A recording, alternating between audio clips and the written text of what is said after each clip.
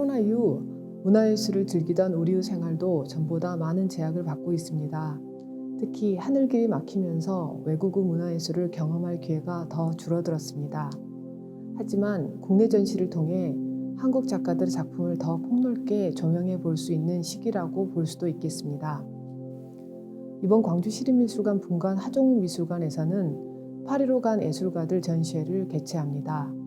이 전시회는 광주시립미술관 소장작품 전시로 1950년대부터 1970년대까지 서구미술과 직접 접촉하며 세계화를 향한 작품 활동을 전개한 한국 현대미술 작가의 작품을 볼 수 있습니다.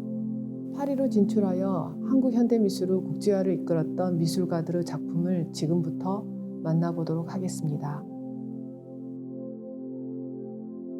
서구 미술을 직접적으로 접촉하며 이를 수용한 것은 해방 이후 한국 미술계의 큰 변화였습니다. 한국 화가들의 서구 진출은 1950년대 이후 본격적으로 시작되는데 많은 미술인들이 파리에 진출하면서 한국 미술의 국제화를 가속했습니다.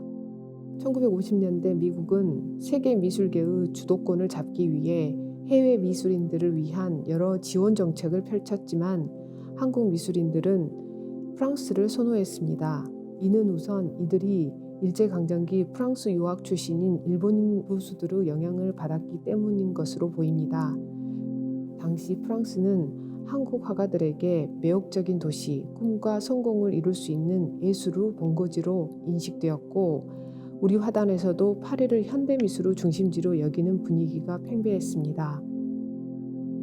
해방 이후 최초로 파리에 진출한 한국 미술가는 바로 김흥수와 남관이었습니다.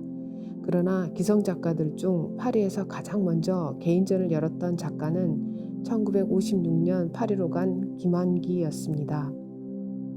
1950년대 당시 파리에 갔던 화가 김흥수, 박영선 등은 구상적 작업에서 벗어나 파리에서 모더니즘을 수용했고 이성자와 김환기는 전통과 자연적 요소를 중시한 바제느 그룹의 경향과 연관된 작품을 전개했습니다. 남관과 이응노는 동서미술의 융합을 시도해 동양의 문자와 앵포르멜 미술을 결합한 추상문자를 새롭게 선보였고 1960년대 초 도불한 후 귀국한 박서보는 한국의 앵포르멜 미술과 연계해 추상미술 작업을 진행했습니다.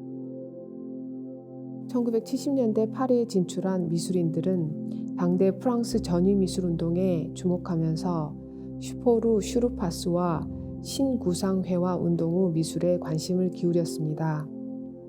특히 이우원과 박소부를 비롯해 김창렬, 정상화, 권영우 등은 서로 친교를 맺으며 작업을 전개했고 이들은 훗날 한국 현대미술의 주역이 되었습니다. 파리로 갔던 화가 대부분은 귀국 후 국전 추천작가, 대학 교수 등 한국 화단과 교육계에서 주도적인 역할을 하며 작품 활동을 이어갔지만 파리에 체류하며 자신의 작품 세계를 계속 추구해간 이들도 적지 않았습니다. 파리에 진출한 한국 예술가들은 서구 미술 현장을 직접 배우고 경험하면서 국제성을 획득하는 한편 한국인으로서 자신의 정체성을 담기 위한 탐구를 멈추지 않았습니다. 한편 이들의 작품에서는 예술가라는 정체성을 갖고 자신의 위치를 세워가던 도전 정신 또한 엿볼 수 있습니다. 2020년 코로나19로 인해 우리의 삶은 공포와 불안이 가득한 시기입니다. 하지만 잠시 멈춰서 지난 시간과 주변을 돌아볼 기회를 주는 시간이기도 합니다.